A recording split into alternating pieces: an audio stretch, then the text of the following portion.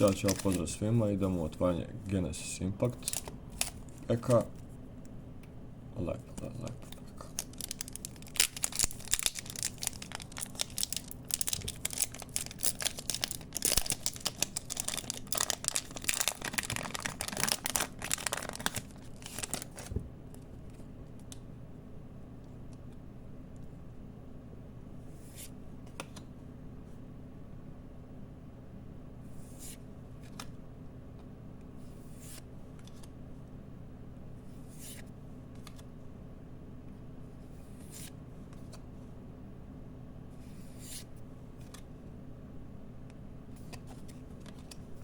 Dobro.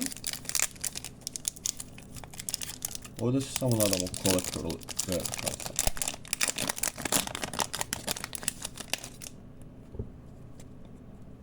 Nightmare Phoenix. To smo dobili u bonanzi.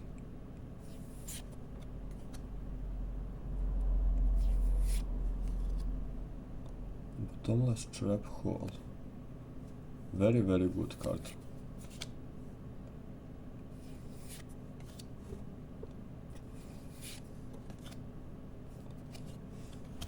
I to bi bilo to za ovaj pek.